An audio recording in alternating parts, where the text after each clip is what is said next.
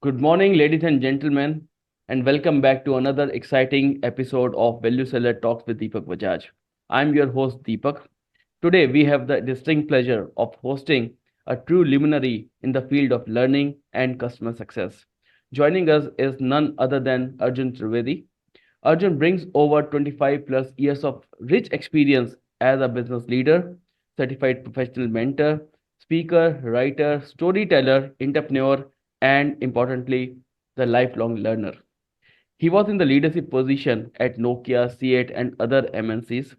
Now, the founder of Pinnacle Learning Center in Singapore and Indonesia. In short, he is the man who is on the mission to grow people and business. Welcome to today's podcast, Arjun. Thank you, Deepak. It's a pleasure to be here, and I do appreciate your kind words. Thank you. You deserve it, Arjun. You deserve it. Your contribution is really remarkable in the industry. So, Arjun, the important here is, the while we all know that you come from these different brand and the leadership position, but our audience would really love to know about who is Arjun Trivedi beyond the professional endeavors. Okay, that's a long, complicated story, but let me try to put it as succinctly as I could. Um, I'm Indian by birth. I was born in the far east of India, actually a place that not many people from India actually know about, in the state of Meghalaya, Oh. which is also the wettest part of India. And I grew up in Rajasthan, in Mount Abu, where I went to school, and subsequently in Ahmedabad in Gujarat. And and I studied at university in India and did my MBA from XLRI, which was really the the kind of the focal turning point professionally in Mm, terms of how my life was moving along. Just as a prior background to that, while we lived in Rajasthan, we literally lived on a farm. mm, So, I was a pretty hands-on person, knew how to do a lot of things that today's urban individuals don't are not that familiar with. And I think the other unique thing was because both my parents had lived and studied and worked in the UK. We grew up in a family where we were constantly being exchanged between their friends, children. So can we have your kids over for Diwali? Can we would be going over for Christmases and Easters, etc., etc. And it was a very multicultural environment that we grew up in. wow. Subsequently, I started my professional career first with ICI in India and went on to head up their Northern India remit. Spent a short tenure with CIT, very correctly refer. And one fine day back in 1994, 95, just about the time when India was starting mobile telephony, Mm, I got a call from a headhunter asking if I would like to join a company called Nokia. mm, In those days, nobody had heard of Nokia. Quite stupidly at that point of time, I even thought it was a Japanese company. But but lo and behold, I ended up there, helped Nokia to establish its as well. I was the first employee in Nokia India, one of the first, and helped them to establish the setup in India. And a few years later, they asked me to move out of India. I was first offered assignments to go and work in Europe, in Austria, in Africa, but subsequently I took up the role in Singapore, where I've been mostly based, and today it's home for us. We've been living in Singapore since 1999. I also, after finishing my tenure in the corporate world, which as you very correctly say was over 25 years, I spent the next 8 to 10 years as an entrepreneur, starting various companies based out of Indonesia and Singapore. And today, yeah, as very correctly said, I've kind of running a business that focuses on education and learning. And I am also a certified professional mentor because it's something that I enjoy doing with people. I enjoy helping them professionally. Yeah, well, it's not a so complicated, right? You make it very simplified, and the storyteller is something which really fits on you. Thank you. Thank you. Yeah. So, especially the education is the key to success, right? And the pinnacle is gaining a momentum in this field. Every time I hear a very good news about the pinnacle. So, what problem you have identified, and how the pinnacle is solving that challenges in today's world? Okay, so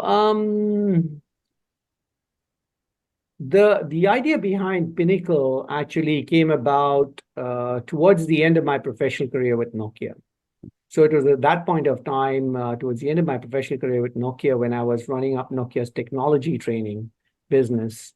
And we were very keen, and when I say we, I mean I and my partners, very keen to do something in the learning space. And the idea of Pinnacle was born there. And when we set up the company, the initial vertical that we'd established was focused on technology training, which is primarily into the technology, as in the TMT, the technology, media, telecoms kind of business area. We also started to look at the whole learning and education space as in academic tutorials. A year later, when we recognized that while technology training is great to have as a product, it's a bit cyclical. Whereas education is a continual activity, something that happens all through your lives.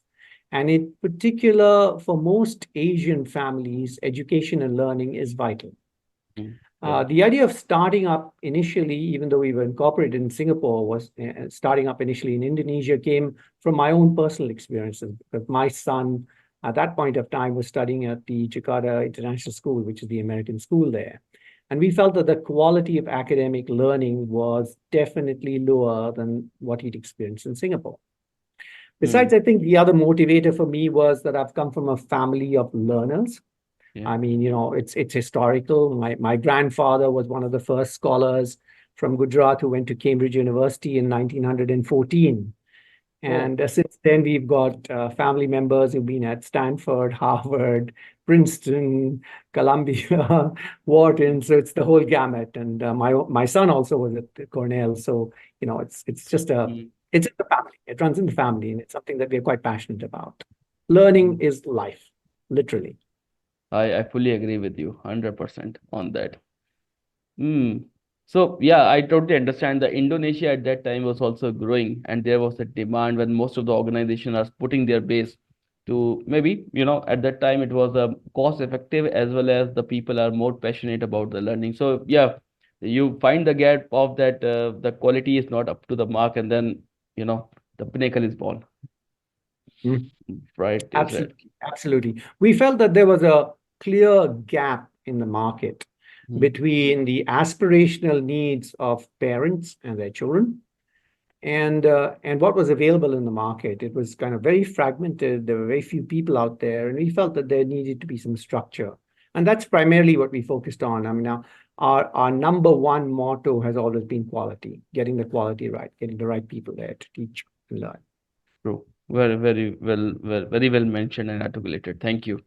But uh, when it comes to the professional and the meeting with the people, especially your role is still continuing and interacting with the business strategists as well as the clients. And now in this ever changing, demanding client, as well as the technology, how you remain calm and focused. That's a hard one, actually, Deepak.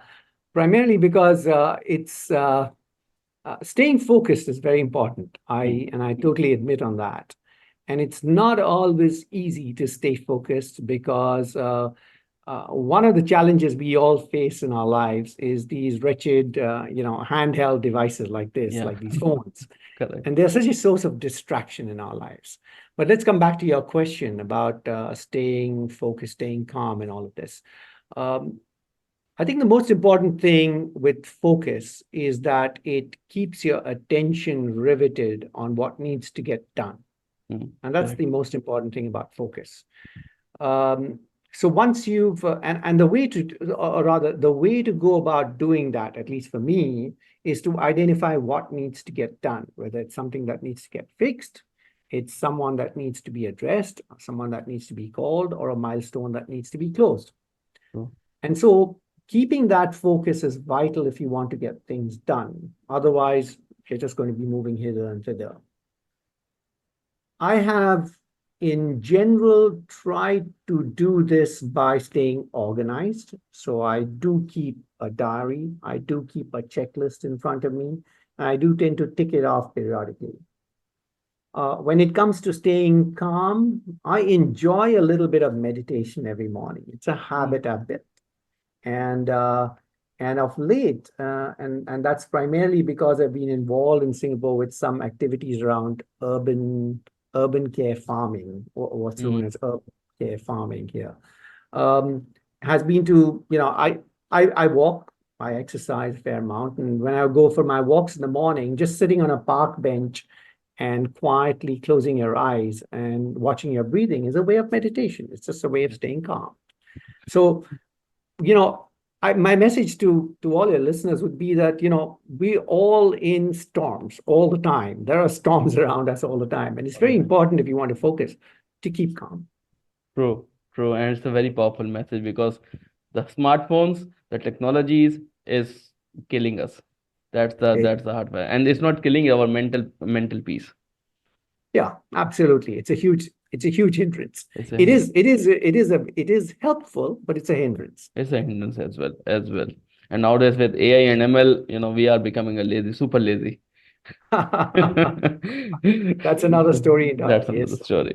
Yeah. So, and the focus from one is the internal thing, and the one is to manage the teams. And when I say manage, it doesn't talk about it talk about the leadership, right? So we all know that your leadership qualities are exceptional.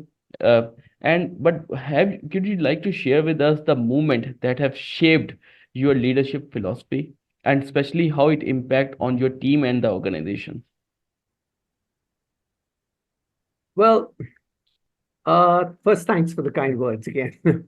I mean, I have to say you give me a lot of credit, but uh, yes, I have had the privilege of holding several leadership roles in the various organizations that I worked with, and the current organization that I founded.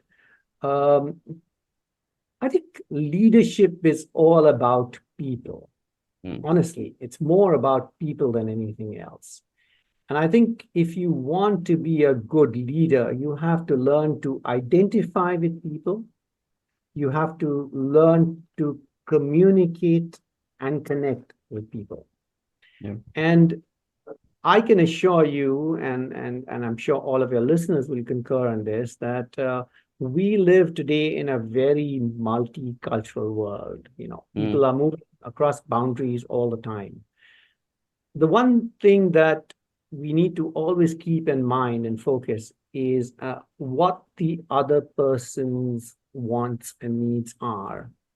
And therefore, if you want to be a good leader, the first thing is you have to develop the ability to listen.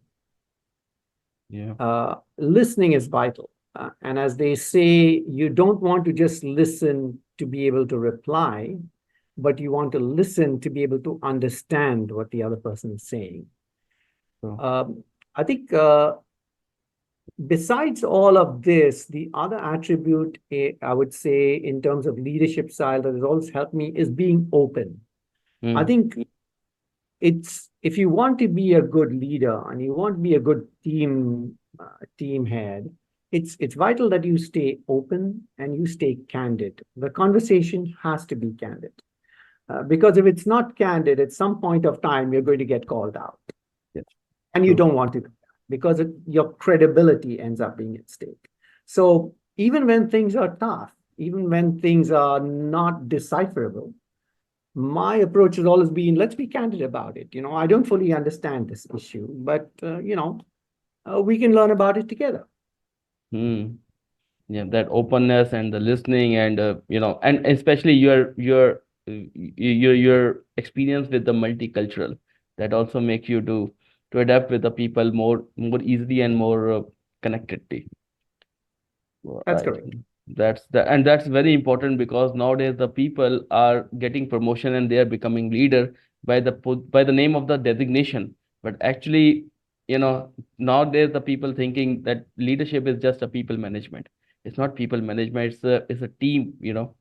So thank you for that insight. It is really useful for most of the young leaders which are coming in, and leading the team, even the startups as well.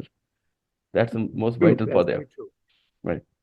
So right now, as you mentioned, you were part of the first mobile telephony in India, right? And we are Mhm. talking about the 2G, and now the world is already 5G have seen, and the 6G, a lot of Absolutely. specifications are coming out. So now, and not to forget that AI and ML are the killers, right? True, true. So, but in totality, in the industry, we have this innovation and adaptation which is coming and which are becoming the key and the key norms nowadays, right? So, at this moment, how you foster a culture of innovation within your business, and how you ensure that your team also understand it for the long term success. Okay, so I think you hit on a very important point there, Deepak.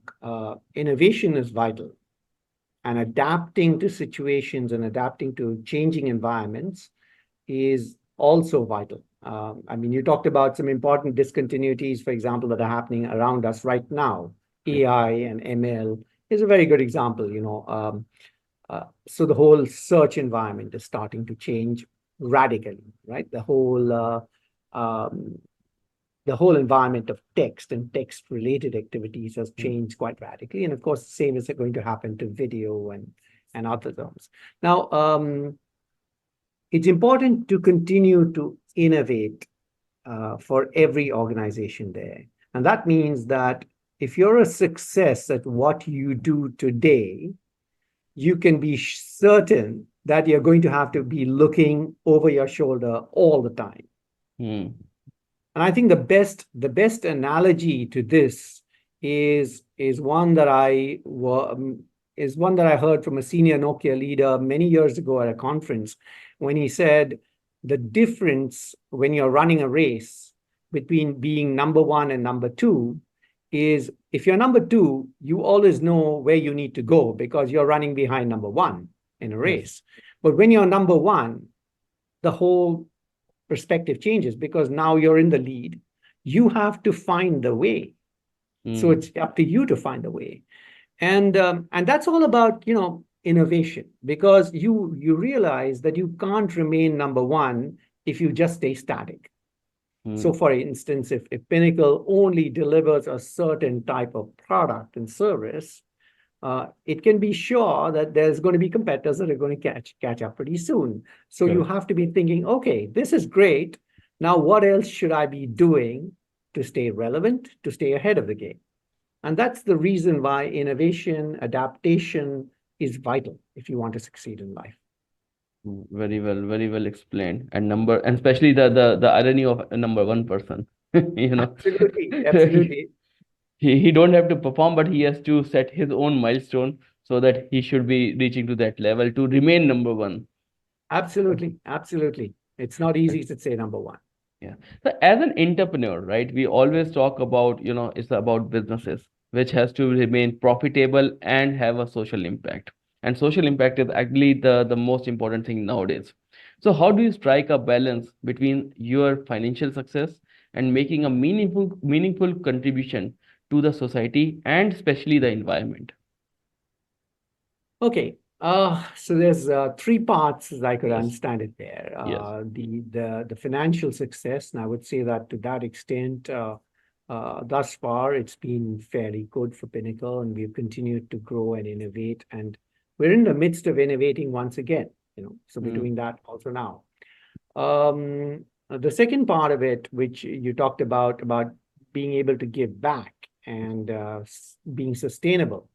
I think for us as an education services provider, the sustainability aspect has kind of become a given for us as we moved into the online space. So we were traditionally doing a lot of academic tutorials that were classroom based. As we moved into the online space, it certainly helped us to improve our footprint in terms mm, of the wastages and the consumables, etc. But At Pinnacle, we've also tried to keep our focus on being able to give back to our community.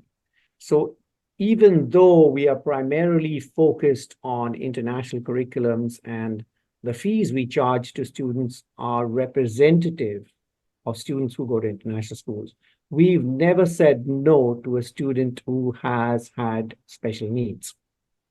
So if we find that there's a child who comes from a disprivileged background, we have looked at waiving fees for the student, or if they've come from a curriculum which perhaps does not meet with our needs, we've considered looking at what can we do to adapt and help.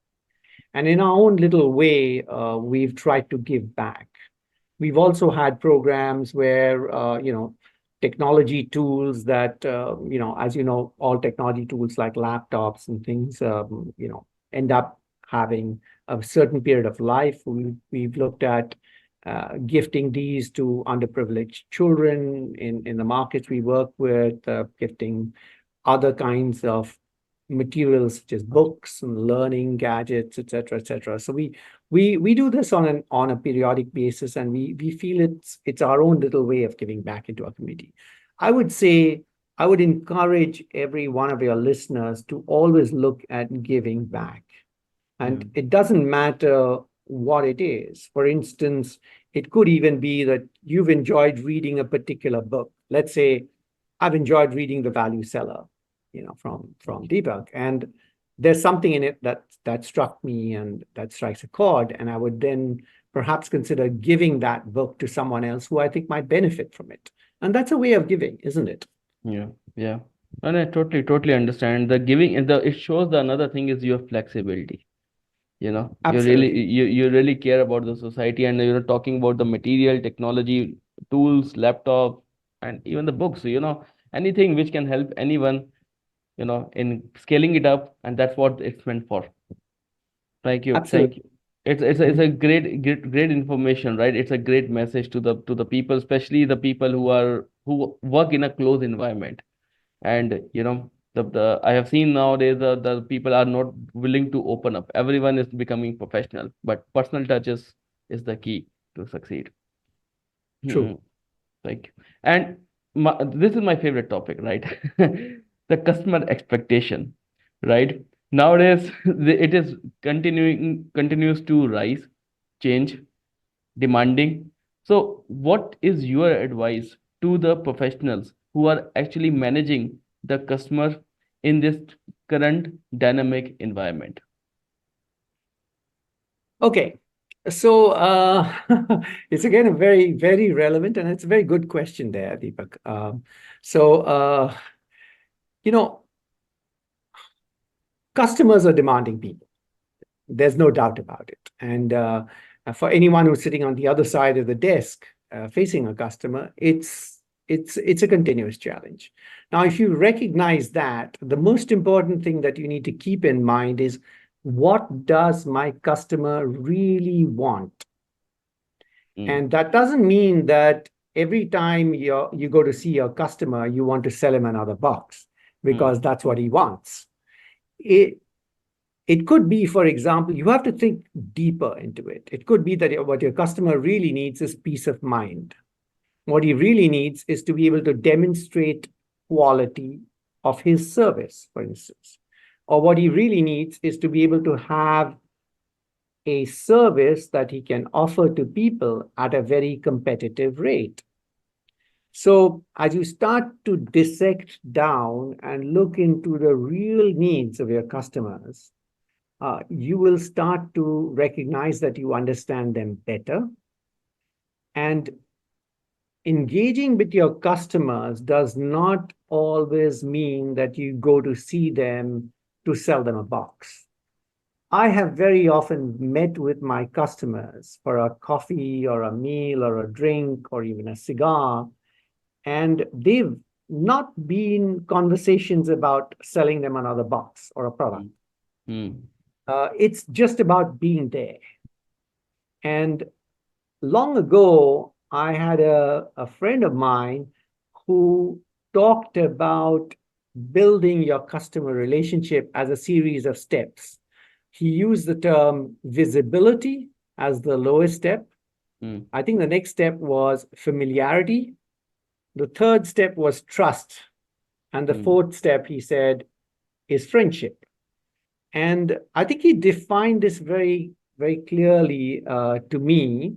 And perhaps I could spend a minute more and explain this to your listeners. But visibility is all about making sure that you're there, that your customer knows that when I need to, I can reach Deepak. I know who he is. I know him as a person that he is. So it's all about visibility. So you're there all the time when they need you. And as that visibility starts to develop, they become familiar. And that's what establishes the whole basis of familiarity, because they say, yeah, I know Deepak. I know what he does. I know what he sells. I know what he's about. I know what he's going to say. I know what he's going to do. And as that aspect gets established, you reach a level of what I call trust. And if you get to that stage of trust with a customer, when a customer can trust you to dialogue with you about concerns and issues that he's facing, that's when you know you've hit the sweet spot. Yes. Because that's when you know you can really start to engage and build a good, healthy business environment with that customer. True. Friendship, the last step announced, is something that happens rarely. I can admit that I still have lots and lots of former customers who are very good friends of mine, and we just meet up over a glass of wine or a cup of coffee, and that's what friendship is about. It stays there.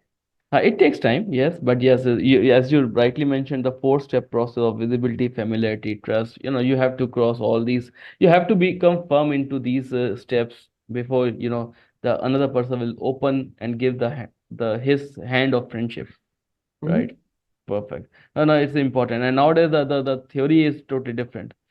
The people think, the customer is waiting to have a PO and you are just waiting for oh, I'm waiting for you, just get the PO. And that's the quick money challenges which most of the people are facing in today's time. Thank you. Very Thank you true. for this. That's fine. And especially this first step is actually eye opener for me as well. I'm working on visibility, but yes, so there are a lot many things which I learned right now. Well, my only suggestion on the PO part that you mentioned was, when you get that PO, don't disappear. Yes. Make sure you stay visible to the customer. True. Again, important message. And especially the people who are from a mid-career professionals, right? And they are now talking, and there's a fear nowadays, especially with this AI and ML coming into, because they are into stage where already have spent 15 years, 20 years in their life to the corporate world, doing the same sort of activities from last so many years, right? And now immediately the AI and ML is coming in the market, and which make them really painful, that what happened in the next quarter, in the next month, they are not about the continuity of their job. So what is the advice which you want to give to these people? So for mid-career professionals, I think the advice that I would offer is, try to make sure that your skills stay relevant in particular. And when I say your skills stay relevant, especially if you're in the technology area, recognize that any investment or any understanding of technology that you make today can change in as little as a year. All right. So it is super dynamic at this point of time. And therefore, it's vital for mid-career professionals to invest in what I call, quote, continuous learning. And what I mean by continuous learning is not that you're continuously going and attending courses or whatever it is, but it's about listening to people. It's about reading articles. It's about going online to explore and see what are the trends and the adaptations that are happening. This is all about continuous learning. So if you're a mid-career professional, it's extremely important, if you're in the technology space, to stay relevant with your skills. I think the other thing that I would advise mid-career professionals is to always do a rain check on your professional competence. And what I mean about this is not just about technology, but also about how are you doing? Yeah. It's like, when you go to see a doctor for a checkup, and the doctor says, "So how are you doing? How's your heart? How's your lungs, etc., etc." So it's this kind of this check. And I think I mentioned to you earlier that I decided to get into a professional mentoring, and I undertook a certified professional mentoring program recently with the Asian Institute of Mentoring here in Singapore, Yeah. to start to mentor young and mid-career professionals on exactly this issue. Because in our day-to-day busy lives, there's not much chance for people to do that rain check, to go Mm. out there and figure out what's going on. Why am I not getting the next step in my career progression? Who am I not engaging? What am I not doing? Because you're usually doing a lot. And then you're thinking, well, I don't seem to see the results. True, true. I agree, totally agree with you. And if I go to one level down, especially the generation, the next G or what we call it, millennials. So, what is your opinion that this next generation is lacking, and how you and the Pinnacle bridge that gap to ensure that there's a smooth transitioning into their future endeavors? So it's again another very good question, Deepak. So I think let me first say it, even though I'm sure that the younger generation people may not be that excited about hearing it. But I think we've reached a stage where this new younger generation, I don't know what they call them, Gen Zs or Gen Z. whatever, they're uh, they're a very entitled generation. They're Hmm. entitled to the extent that they've generally had it all. Hmm. It's generally already a given to them.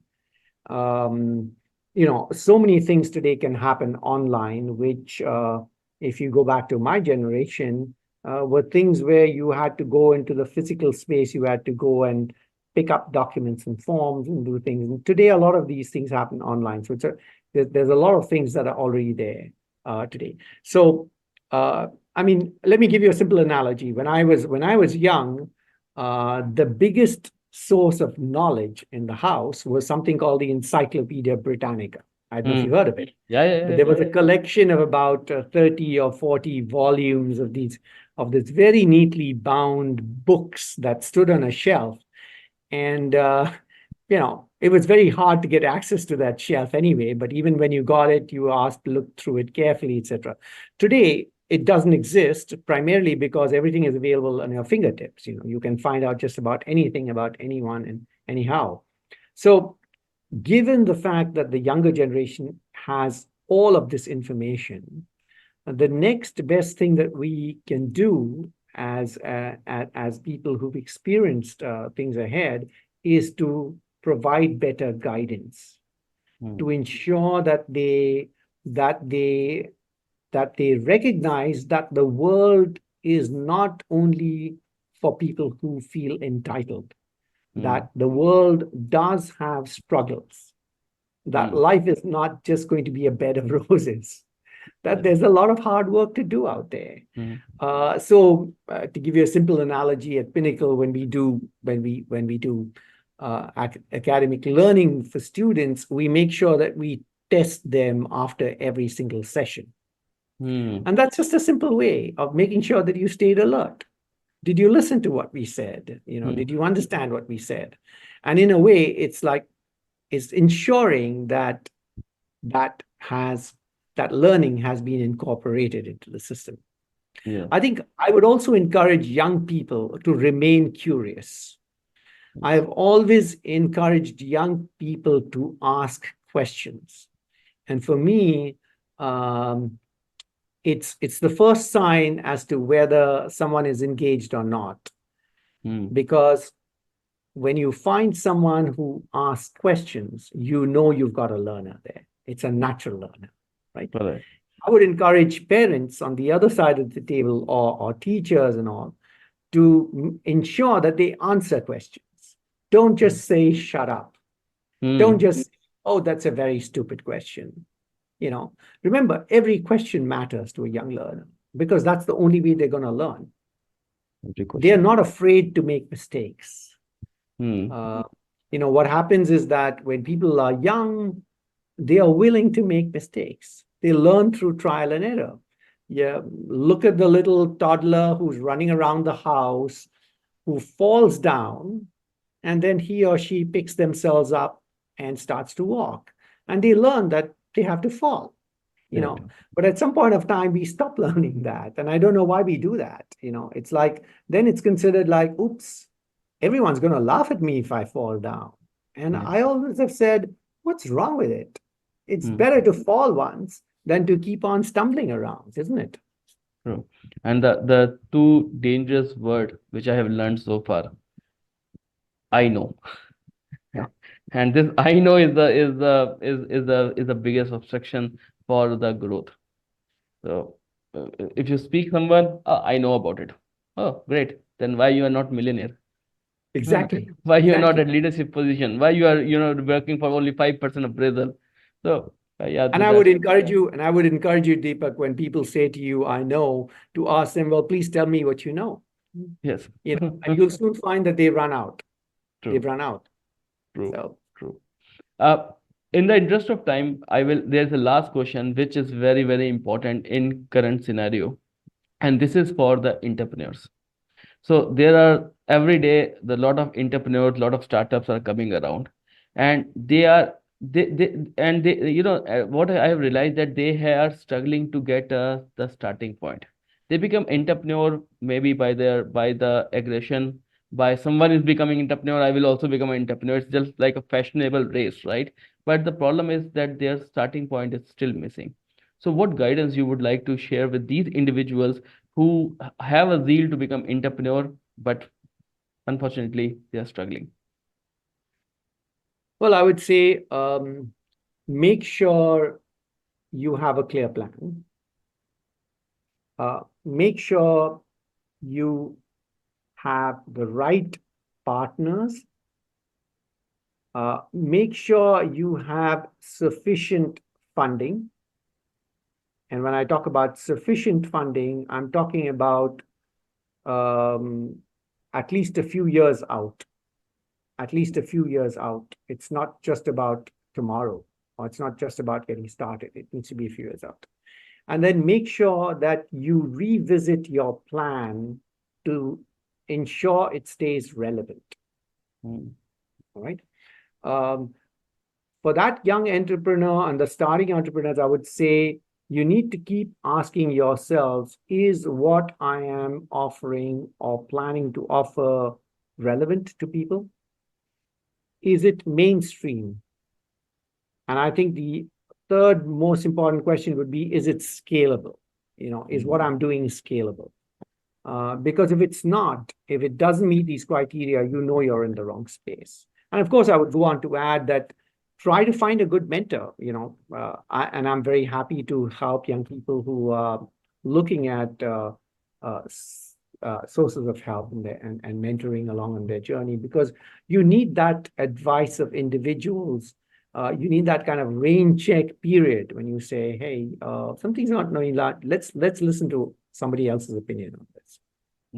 right, right. And mentorship is important, which comes because uh, the rain checks and the relevancy along with the scalability. If anyone miss out of these three pillars, definitely they are going to fall down. So Absolutely. thank you for this valuable insight. And this, I'm short of questions, honestly, because there are so many things to learn from you as well. But again, in the interest of time, so thank you, Arjun, for sharing your wealth of knowledge, wisdom, and experiences with us today. It's been an enlightening conversation. Thank you, Deepak, and it's been a pleasure talking to you and to your viewers. Likewise. Stay in touch. And to our viewers, thank you for joining us on this episode of Value Seller Talks with Deepak Bajaj. Until next time, this is Deepak Bajaj signing off. Thank you.